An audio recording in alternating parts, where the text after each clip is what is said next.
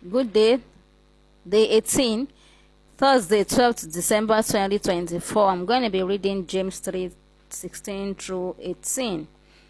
For where envying and strife is, there is confusion and every evil work. But the wisdom, the major part is 17.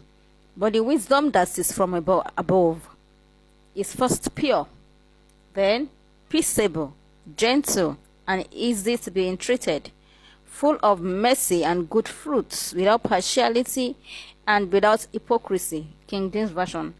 Verse 18 says, and the fruit of righteousness is sown in peace of them that make peace.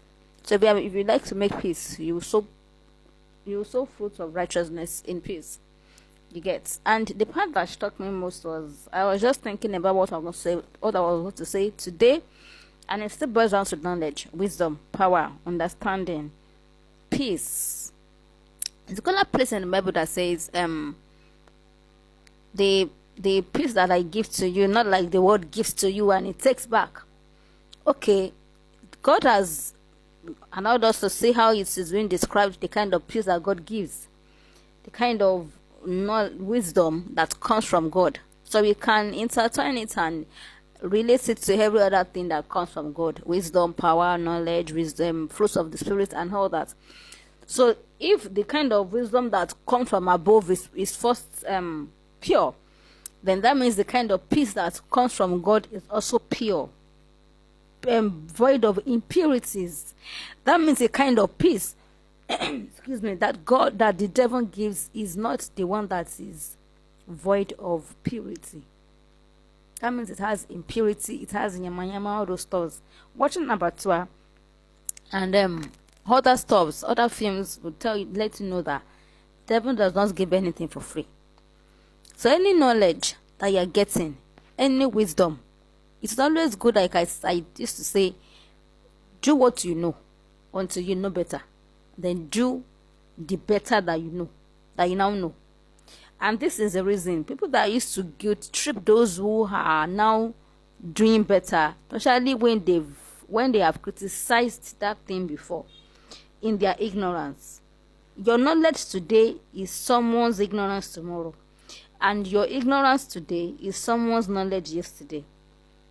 So if you think that, don't always be too ascertain to settle for the knowledge you know for now, because it might shock you that you will know better tomorrow, and you would say, imagine, so I did that those days, so I used to think this way those days.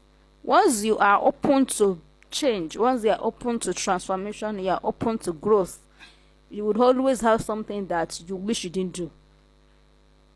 Don't feel guilty, but do what you now know better once you know it.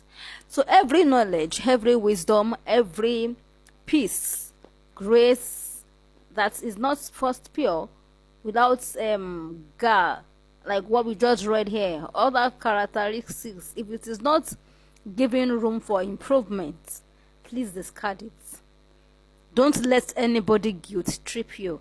Like I said yesterday, all the things that they were told, all in the name of thinking that they were not going to be able to process it. Now they discover some things themselves and they go further, and it runs to trouble. If David had known that, fine. We always like to coin scriptures around our preaching around scriptures, so that we would get each lesson from the same story. We can get like 10 to 50 stories from a particular lesson. The story of David seeing Bathsheba bathing, it was coined out that if David had gone for war, he wouldn't have seen a woman. The thing is, anywhere you are, the food that will feed your lust will always find you. When he saw Nabal and Abigail, that Abigail had to go and stop David from killing her husband because he was behaving like a rich fool. He later married her. So you will always have something to control your lust. Either you are at war or you are off war front. Either you are busy or not. Your lust of the flesh, lust of the eyes, pride of life will always find its expression in you. So rather than look for excuse, work on it. Work on it. The peace that the devil gives is vague. The grace that the devil gives is vague. The wisdom that the devil gives is vague. He is witty. He has witty wisdom. He is very wise. But he uses his own wisdom in a negative direction. Always seek to know. If you are not taught, like emotions doctor or any consultant Nabi will say, you always claim that I was not raised well. That is why I am still like this. But nobody taught you how to do blowjob. Nobody taught you how to kiss. Nobody taught you how to read Ms. and Boons. Nobody taught you how to watch blue films. You can learn you can learn the good the same way you effortlessly learn the bad. So I've come to learn that most of the things I got to know. I read a lot. I used to even read more than then, and I'm trying to pick it up again. Maybe because we have replaced learning with visual. We like to watch videos and learn from them now better. It sticks better and all that.